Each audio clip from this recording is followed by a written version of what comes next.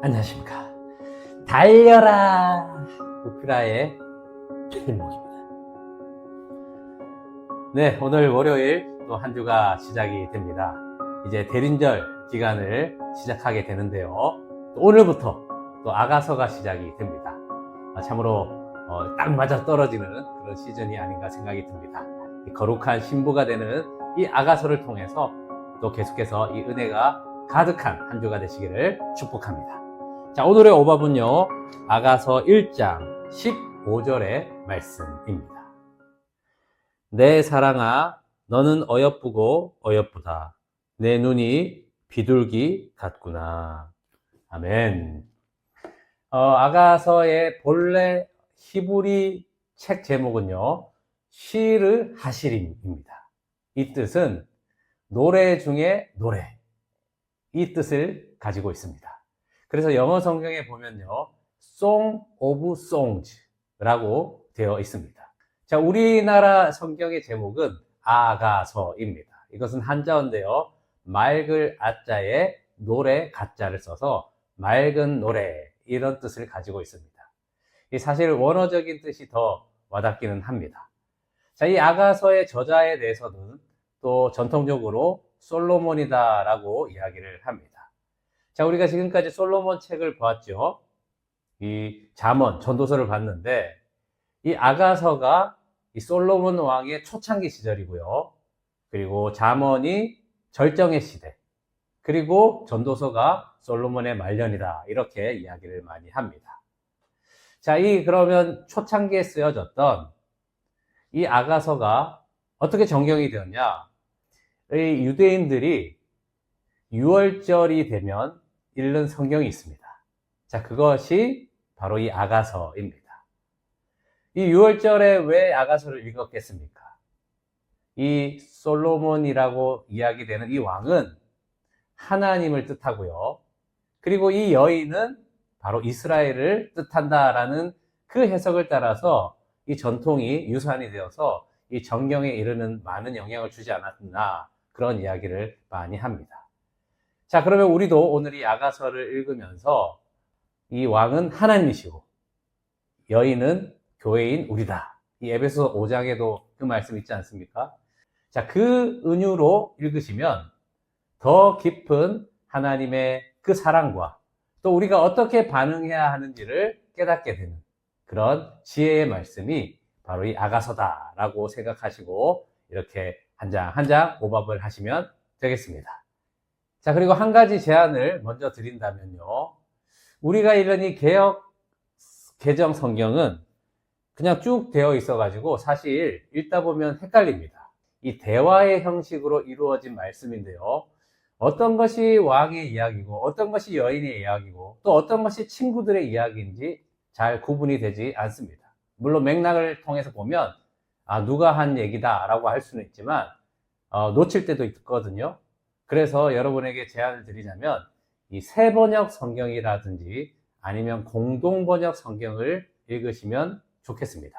그래서 이 개역개정과 이렇게 비교하면서 말입니다. 왜냐하면 그 성경은 이렇게 누구의 말인지를 도우고 있습니다. 밝히고 있죠. 그러면은 이 개역개정 성경을 읽는 것이 용이하실 거다라는 이런 제안을 드립니다. 자, 그러면 오늘 우리의 이 함께 읽은 말씀 15절 말씀은요, 바로 왕이 여인에게 하는 이야기입니다. 우리 15절 말씀 같이 다시 한번 읽어보면요, 내 사랑아, 너는 어여쁘고 어여쁘다. 내 눈이 비둘기 같구나.